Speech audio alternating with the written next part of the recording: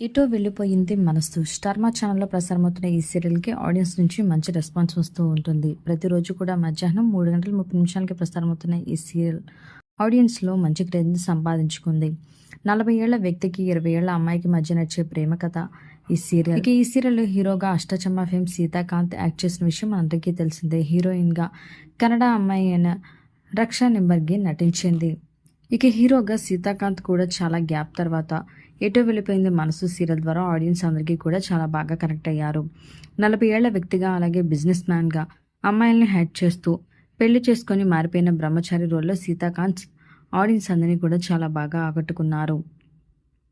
అలాగే హీరోయిన్ అయిన రక్ష కూడా ఉదయ టీవీ సీరియల్ ప్రీతియా అరసి అనే సీరియల్లో నటిస్తోంది. ఈమె తెలుగులో నటించిన ఫస్ట్ సీరియల్ ఇదే.